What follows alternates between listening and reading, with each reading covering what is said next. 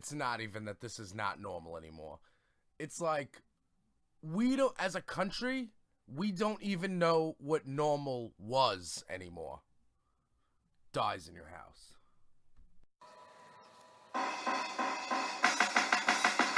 Nobody likes me. Nobody likes me. But that's okay, because I don't like y'all anyway. Man, I don't like y'all anyway. We need to pay attention to all this stuff. And don't muddy the waters. Don't let your mind get sidetracked. Because you need to remember that when, it's going to be time to vote again soon. So it's going to be local elections, all this stuff, everything, all these elections. You have to remember that the Republicans would rather collude with Russians than collude with Americans. Them Staten Island niggas still puffing them dust blunt. Donald Trump is a white supremacist who enables white supremacists. No lie. I mean, that's accurate. It's an accurate assessment of the situation. Them Staten Island niggas still puffing them dust blunt. Dragnets, how do they work? Just say no. Yeah. Here's the problem with just saying no. You can go about your life trying not to do drugs, but you turn on the news and you see Wigmaster over there talking about public health emergencies. That's why drugs are hard to stop. Because of people like that.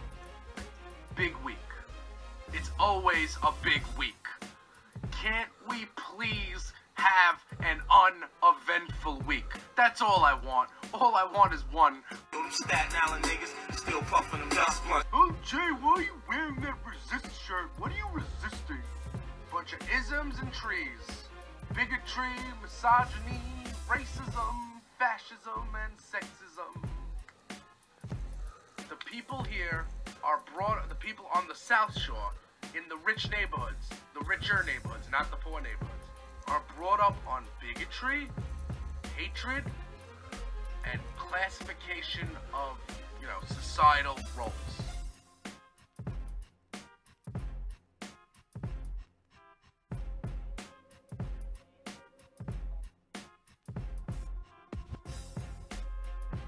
Hey, yo. Who's in the house? Dyze in your house. What is the word, peeps? It is Friday. It is the evening. And I am coming to you with another action-packed edition of Dyze in your house. Here on Least Coast Radio. Least Coast Radio for the least heard voices. You can subscribe to that on iTunes. Just go to your podcast app. It's on the iPhones. It says podcasts. It usually comes with your phone. And you go there. You search either J Porks. You search Dyze in your house. You search Least Coast Radio. You look for me. You hit subscribe. And then you get all of the latest episodes of Dyze in your house. And that's where you're going to be able to be linked up to every edition of the J Porks podcast, which comes to you every Monday night. Some might even call it Raw. But no, that it is not. It is a long-form podcast that we do. And I understand I say this every week. And I understand I feel like that I'm re-explaining myself every time I press record on the microphone. But it's the internet, and I'm under the theory that everybody on the internet is in their own corner of the internet until they find themselves into the room that you're hanging out in. So, anybody could be tuning in. So, just letting everyone know, I am J Porks. I have a long-form podcast called the J Porks Podcast. It used to be about, ranking on music websites for clickbait headlines. It used to be, telling people about bands I don't like. About that time I got kicked off Pandora because I was telling people in the comment section that their favorite bands suck. I mean, I wasn't lying to them, and I wasn't doing hate speech or anything, but I had Pandora 1, the commercial-free one, and they refunded my money. That's how much they didn't want me to have their service. So, I complain a lot about things, so that's what I do. And I go to concerts, and I take video and stuff. I used to go to more, and that's the thing I complain about, too. So I had this podcast, right? And everything was going great. I mean, it was fun. I would sit here, this was like therapy for me. And I would sit here every week, and I would talk about trials and tribulations of my life and stuff like that. And it was fantastic. I loved it. And then November 2016 happened. And now my life has changed. And every second of the day is dedicated to this now. And you know what? I don't regret it. Because at the end of the day, when history is written, people are going to say, you know what? I thought Jay was wacky when he was doing that.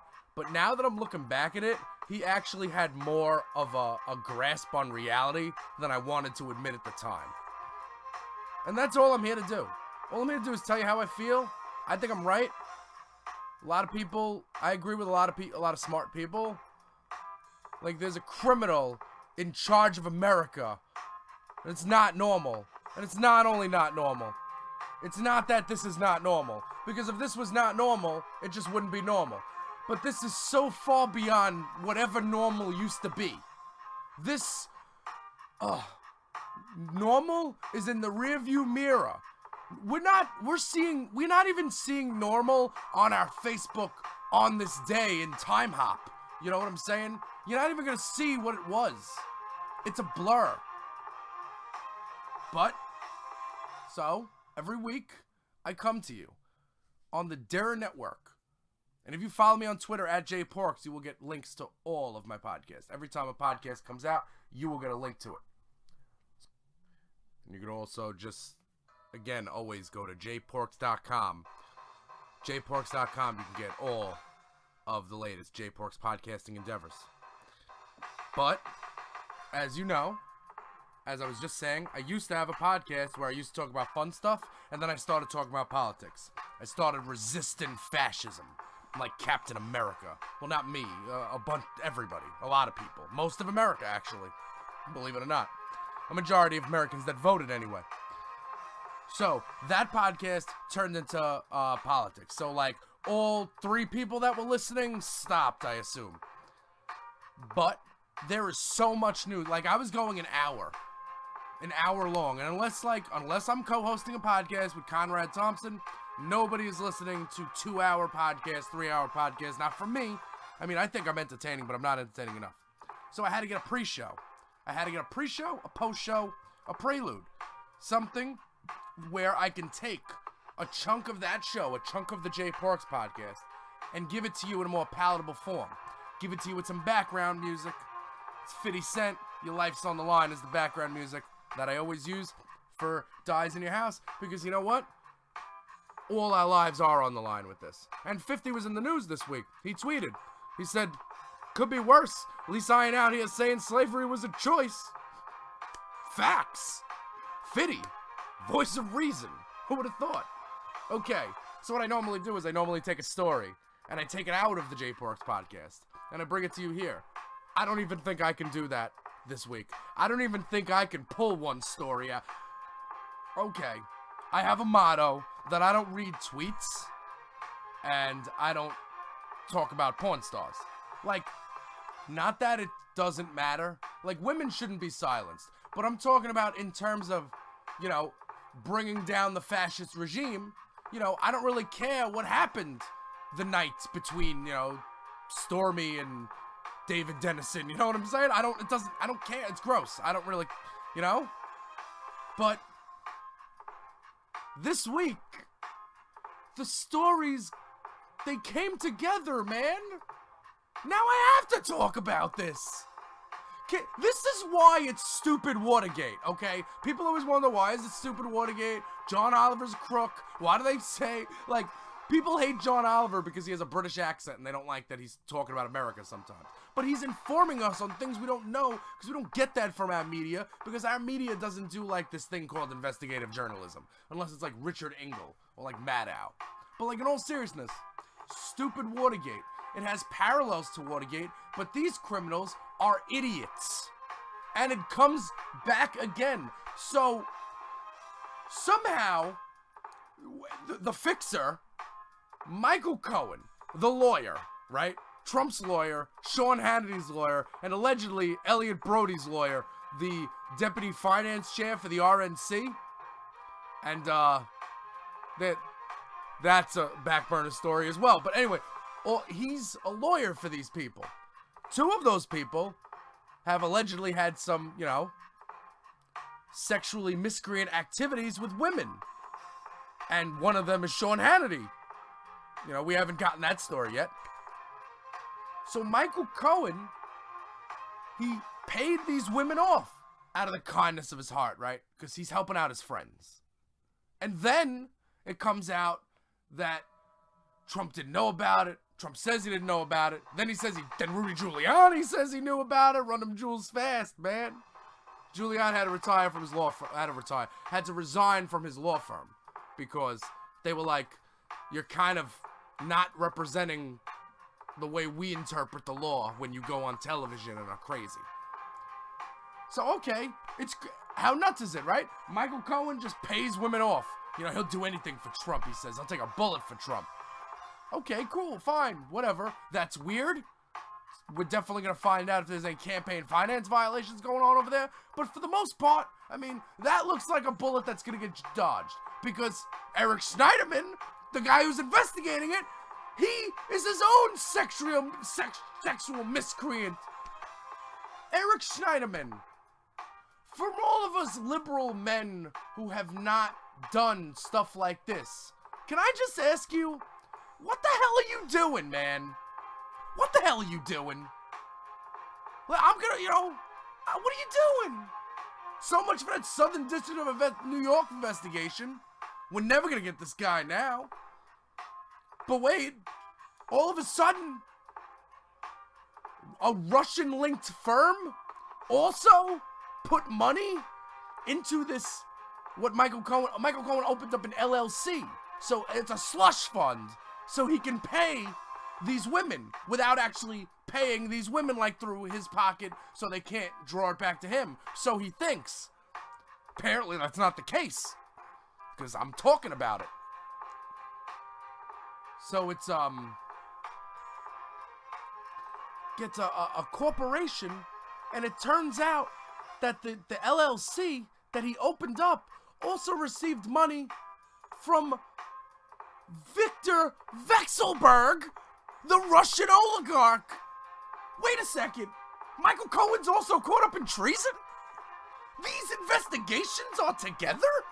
What is even happening? And then wait. I can't. This is going to be a very long episode of the Jay Parks podcast on Monday because I have to spend my whole weekend reading these articles. The thread count is going to be like 40 minutes, man. Viktor Vekselberg, who Mueller, he was at the Putin dinner in Russia with Jill Stein and Flynn. He's at the inauguration. And then when he shows up in, I'm not sure if it was in DC or in New York, but he's just flying, Mueller's team stops him and starts questioning him. That's how serious, this guy is an oligarch. We can't put him in jail. We can't afford to put him in jail. He's, he can go back to Russia and they're not going to give him to us. And that's it. And he's got rubles and stuff. So Mueller's already investigating Vekselberg, and Cohen's in the crosshairs. Schneiderman's out. This is a very crazy week, man. And I don't know. And then AT&T also paid in to this consulting firm, this LLC that Michael Cohen set up, this slush fund, and they're claiming that it was to gain access to Trump. Again, like, that's mad shady. I wish it was illegal, but it's technically not. But, like, Michael Cohen's a lobbyist? Michael Cohen's getting money from Novartis. Michael Cohen's a doctor? I mean, I don't mean to steal, Michael Avenatti's spiel, but, like, this guy's a real estate bro. He helped Sean Hannity with real estate. He's helping Novartis. He's helping AT&T. Telecommunications. This guy is a chameleon. This guy is either really talented or really going to jail for a really long time. I mean, it's incredible. It's incredible, man. And it's like, all right, so do I dedicate Dyze in Your House to Michael Cohen? No. I'm going to dive more into that on Monday on the Jay Parks podcast, so you're going to have to stay tuned to that. We're also, I mean, this is crazy. In a week where Donald Glover, you know what I'm saying? There's so many messages in that video that This Is America that I want to talk about. And I can't even. Schneiderman, Cohen, we pulled out of the Iran nuclear deal. Now, I'm not, and this is my tagline, I'm not a foreign policy expert, but whatever deal that we think we're gonna make with North Korea, newsflash, they just watched us pull out of a deal with Iran. So, probably not the best look right now. And like the winning of Russia, so they've weakened NATO allies. They've weakened the West. And that's what they want to do. Because we're not standing with the Iran deal like a couple of other countries are. And countries aren't looking to America to lead the world anymore. We are literally put 70 years back diplomacy-wise because of the rhetoric of somebody with the mind of a 10-year-old. 7-year-old, I should have said, because I did 70 years. But division's not my thing. And, listen, again, there are people you have to follow on Twitter because I'm going to be start doing the thread count. You have to follow Louis Mensch. You follow Greg O'Lear. You follow Eric Garland. You follow Dr. Dana Grayson. You follow these people. All the people I'm getting truth from on Twitter. So that I'm not over here spinning theories. I'm listening to people that know a little bit more about it than me. 20 Committee. Follow at 20 Committee. That guy's a national security analyst for the Observer. He knows a lot of stuff. I am just trying to drive home the point. The larger point is that this is not normal, man. And everyone's over here and they think that they're, my friend, one of my good friends, I got out of his car the other day and he had a Trump hat on, his back seat. And that was I would rather get punched in the face, than have one of my friends, That was a kick to the gut. And I live on Staten Island the other day before school, I work at a school. I help forward the education of Youth America, working with special needs kids at a private Catholic school where I have to go to church once a week. So everything about my job is, gives me the moral authority to speak. It's not like I'm a drug dealer or something. So, before school, I'm in a bagel store. I'm in a deli. And I'm waiting to pay for my Frappuccino or whatever I got, my little Starbucks thing. And I'm get lottery tickets because I'm a degenerate. And I heard these two people talking, a white guy and a not a black guy, but a non-white guy. Maybe he was Indian, but he was American, he had no accent or anything. So they were talking about this thing called Article 35.